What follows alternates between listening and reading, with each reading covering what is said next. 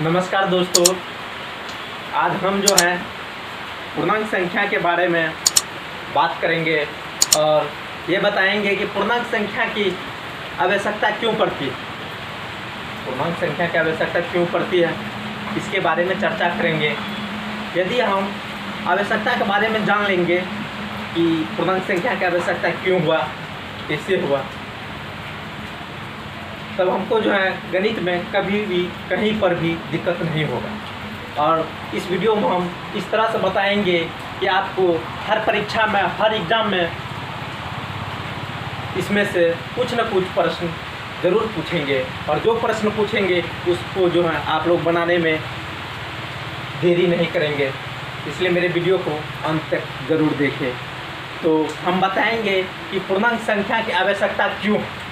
पहले हम यही बताएंगे कि पूर्णांक संख्या की आवश्यकता क्यों है। जैसे कि मान लीजिए हम कहीं दुकान जाते हैं कोई वस्तु खरीदते हैं। वस्तु जो खरीदते हैं तो मेरे पास मान लीजिए 10 रुपया है। हम दुकान गए और जो है एक कॉपी खरीदे। उस कॉपी का दाम है 20 रुपया। 20 रुपया दाम है।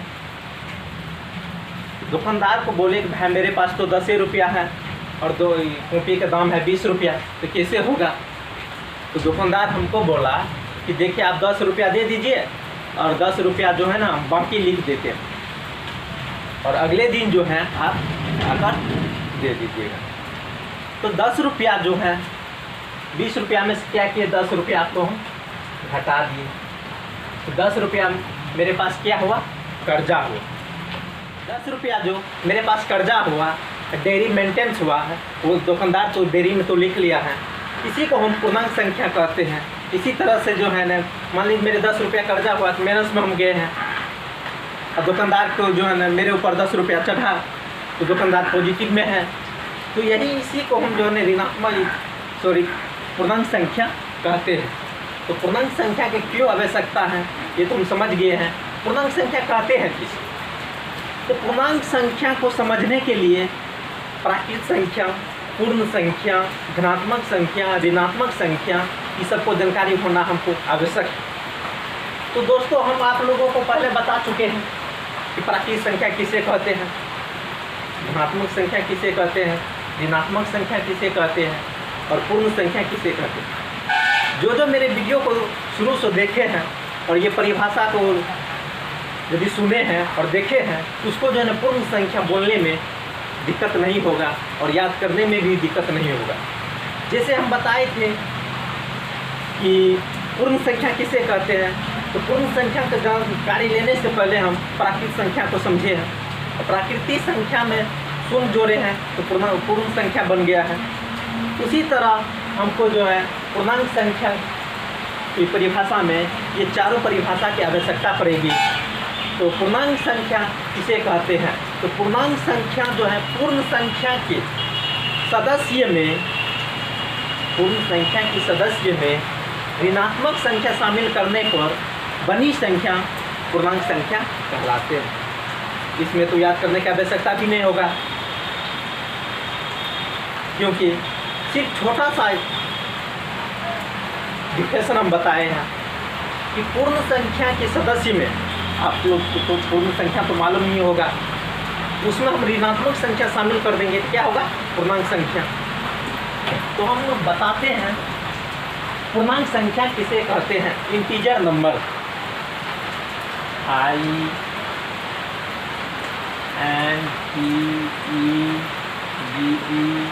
Integer number, NUMBER number. यानी पूर्णांक संख्या किसे कहते हैं इसका परिभाषा हम आप लोगों को बताएंगे। तो पूर्णांक संख्या पूर्ण संख्या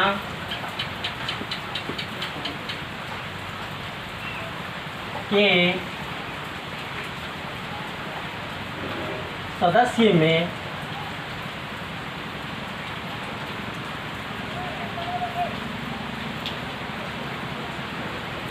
ऋणात्मक संख्या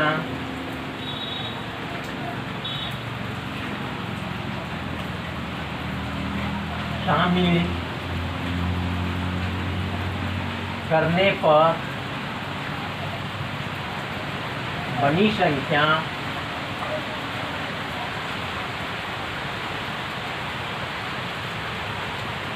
पूर्णांक संख्या कहलाता है।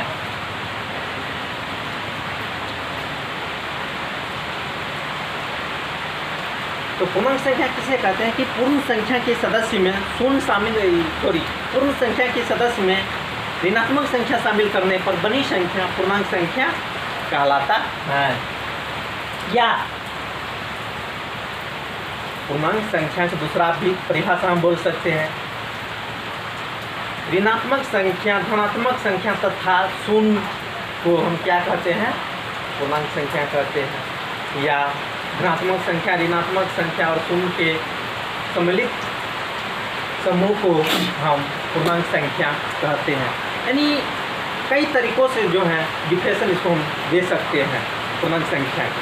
तो पूर्णांक संख्या तो हम परिभाषा बोल दी है, अब इसको समझना है कि पूर्णांक संख्या कौन कौन है। तो पूर्णांक संख्या को हम कैसे पहचानेंगे, तो जैसे संख्या रेखा की समुच्च अनुरूपित,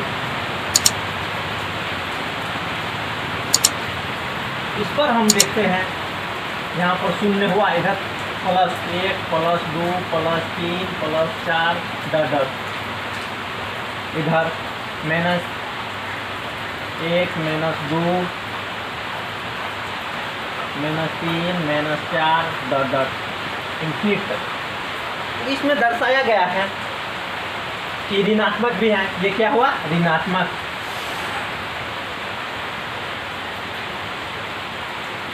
ये शून्य, ये धनात्मक। इसमें तो तीनों हैं, ऋणात्मक भी है, धनात्मक भी है और शून्य भी है। तो ये क्या हुआ, पूर्णांक हुआ। यानी कि जितना भी संख्या है सब क्या है, एक पूर्णांक संख्या। तो आप समझ गए हैं कि पूर्णांक संख्या किसे कहते हैं।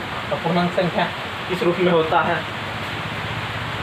-4 -2 -3 क्या होगा, पूर्णांक ही होगा। लेकिन इसमें भी रीजन है, कौन सा पूर्णांक होगा, ऋणात्मक पूर्णांक होगा। और ये क्या हुआ, धनात्मक पूर्णांक। और शून्य क्या है, शून्य न ऋणात्मक है और न ही धनात्मक। भाई ये क्या है, ये दोनों के लिए विनिष्ट है। अब हम ये बात करेंगे कि एक अंक की सबसे छोटी पूर्णांक संख्या, एक अंकों की सबसे छोटी पूर्णांक संख्या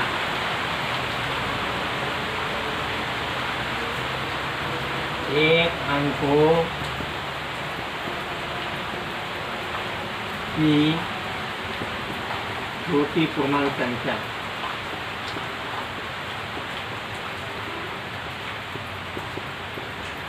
एक होगा।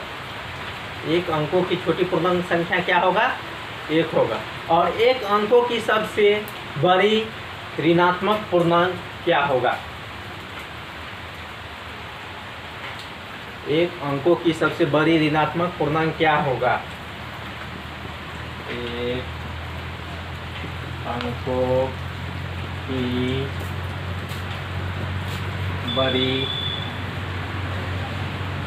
ऋणात्मक पूर्णांक -1 क्यों हो भाई, इसमें तो -2 भी हो सकता है, -3 भी हो सकता है। तो जितना छोटा अंक में माइनस का चिन्ह लगा रहेगा वो उतना बड़ा होगा। इसका अर्थ हुआ कि मान लीजिए कि मेरे पास 1 रुपया कर्जा है, -1 रुपया, मेरे फ्रेंड के पास -10 रुपया कर्जा है। तो कौन बड़ा है, हम हैं कि मेरा फ्रेंड है, दोस्त हम बड़ा है, क्योंकि मेरे पास 1 रुपया कर्जा है, उसके पास 10 रुपया कर्जा है। आप समझ गए हैं कि एक अंकों की सबसे छोटी पूर्णांक संख्या कितना है, 1, और एक अंकों की सबसे बड़ी ऋणात्मक पूर्णांक संख्या क्या है, -1। अब हम बताएंगे कि पूर्णांक संख्या का गुणा चिन्ह के आधारित पर। बहुत सारे बच्चे को सॉल्व करने में कठिनाई होती हैं, कि भाई -3 है और -5 है, गुना करेंगे तो क्या होगा, तो कोई लिख देता है -15। तो इसके बारे में जानकारी लेना हमको अत्यंत आवश्यक है कि यदि माइनस गुना प्लस होगा तो इसका मान कितना होगा, माइनस में होगा। यदि माइनस गुना माइनस होगा तो ये क्या हो जाएगा, प्लस। जैसे हम समझाते हैं यहाँ पर -2 गुना -2 गुना 3 कितना हुआ, -6, यानी 3 दूनी 6। यानी कि चिन्ह देखना है कि विषम में रहना चाहिए। यहाँ पर देखिए माइनस गुना माइनस क्या होता है, प्लस होता है। जैसे -2 गुना -3 क्या हुआ, मैं +6, यानी कि -2 गुना -3 कितना हुआ, यानी 2 तिया 6, यानी माइनस माइनस क्या हो गया, प्लस हो गया है। अब देखते हैं +2 गुना -3। अब इसमें क्या होगा, +2 गुना -3, यानी कि प्लस गुना माइनस क्या होता है, माइनस होता है। यहाँ पर क्या होगा, -6, या 2 गुना 3 प्लस गुना प्लस क्या होगा, 6। तो अब चिन्ह के बारे में हम तो समझ गए हैं, तो इस तरह का प्रश्न होगा तो कहीं पर हमको कठिनाई नहीं होंगे। माइनस गुना प्लस क्या होता है, माइनस होता है। माइनस गुना माइनस क्या होता है, प्लस होता है। और प्लस गुना प्लस क्या होता है, प्लस ही होता है। अंक किसे कहते हैं, भाई आप लोग तो पूर्णांक के बारे में जान ही गए होंगे, समझ गए हैं। अब ये जानना है कि विशिष्ट पूर्णांक किसे कहते हैं।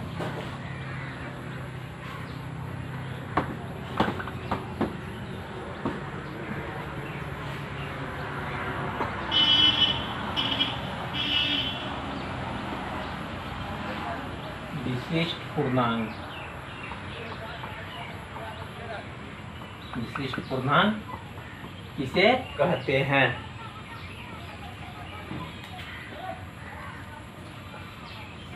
तो इसका परिभाषा आता है कि वैसी धन पूर्णांक जिसका अपवर्तक केवल 1 होता है उसे हम विशिष्ट पूर्णांक कहते हैं। विशिष्ट पूर्णांक किसे कहते हैं, तो वैसी पूर्णांक जिसका अपवर्तक केवल 1 हो उसे हम क्या कहते हैं, विशिष्ट पूर्णांक कहते हैं। वैसी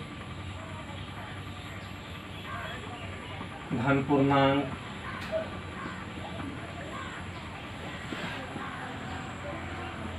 जिसका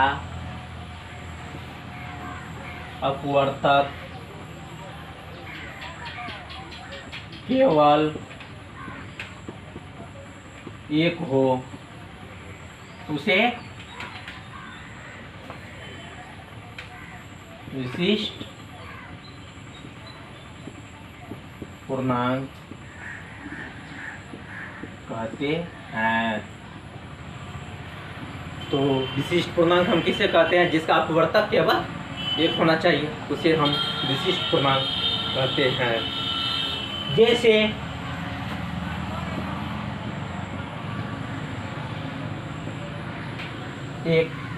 एक ऐसा संख्या है जिसका अपवर्तक 1 है। ये क्या है, एक विशिष्ट पूर्णांक है। समझ गए हैं दोस्तों कि विशिष्ट पूर्णांक संख्या किसे कहते हैं, जिसका अपवर्तक केवल 1 होना चाहिए, वह क्या हुआ, विशिष्ट पूर्णांक हुआ। अब हम बताएंगे कि संपूर्ण संख्या, संख्या के बारे में तो जानकारी प्राप्त कर लिए हैं, अब बताएंगे कि संपूर्ण संख्या किसे कहते हैं।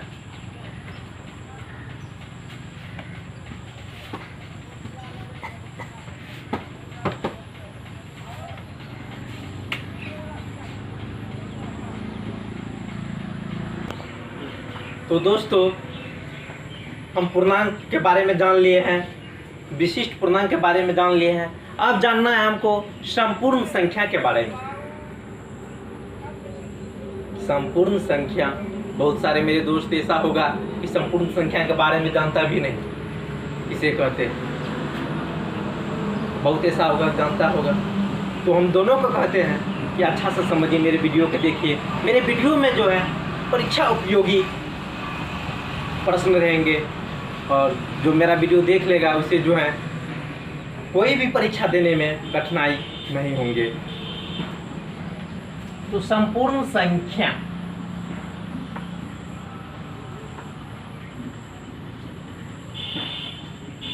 भाई संपूर्ण संख्या कहते हैं किसे?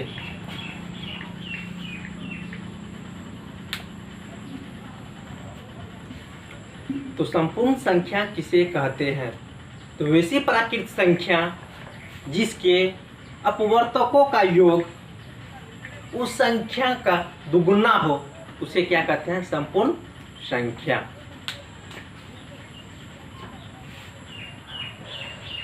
ऐसी प्राकृत संख्या है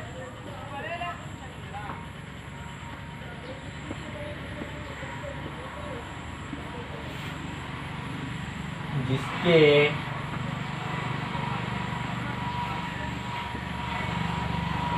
अपवर्तकों का योग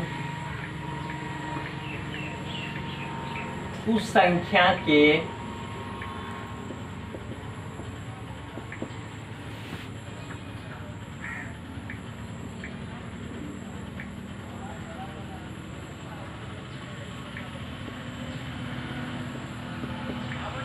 दुगुना हो, उसे संपूर्ण संख्या कहते हैं। संपूर्ण संख्या किसे कहते हैं?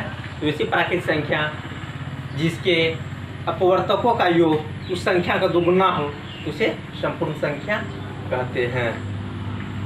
जैसे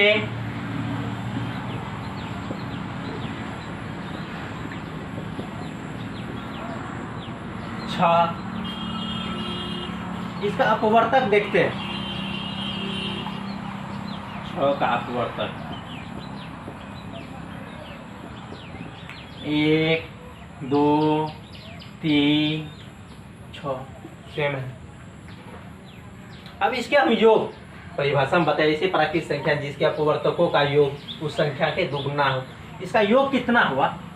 1 + 2 + 3 + 6 कितना हुआ? 1 2 कितना हुआ? 3 3 6 6 6 12 कितना हुआ? 12। संख्या कितना है? 6 है। अब 6 का इसमें बताए हैं योग उस संख्या के दुगुना हो, संख्या का दुगुना हो। 6 × 2 कितना हुआ? 12। इसका योग भी हुआ 12 और इसका भी मान 12, दोनों बराबर है।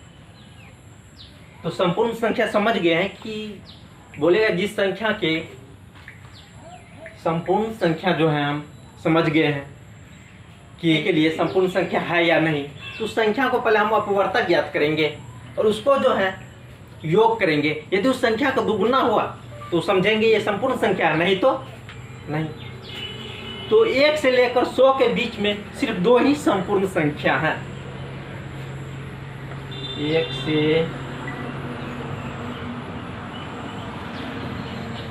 लेकर 100 के बीच में केवल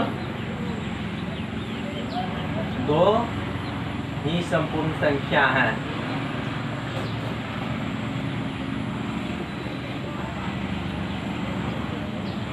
अब कौन कौन है? एक तो 6 हुआ, एक 28। 6 1 28, यही 2 संपूर्ण संख्या है। एग्जाम में बहुत सारे एग्जाम में हमको भी पूछा है कि 1 और 100 के बीच में कितनी संपूर्ण संख्या है? तो भाई 1 और 100 के बीच में 2 संपूर्ण संख्या है, एक 6 है, एक दूसरा 28 है। तो मेरा वीडियो समझ ही गए होंगे। कल हम जो है परिमेय संख्या और परिमेय संख्या के बारे में बताएंगे और इतना रोचक तरीका से बताएंगे कि आप लोगों के कहीं कठिनाई नहीं होगा समझने में और ना पहचानने में। उसमें हम पहचानने के नियम भी बताएंगे, इस तरह से पहचाना जाता है। और मेरा वीडियो जो शुरू से अंत तक देखेगा उसको जो है एग्ज़ाम में कठिनाई नहीं होंगे, और मुझे पूरा विश्वास है कि वो जो है 100% सही बनाएंगे। धन्यवाद।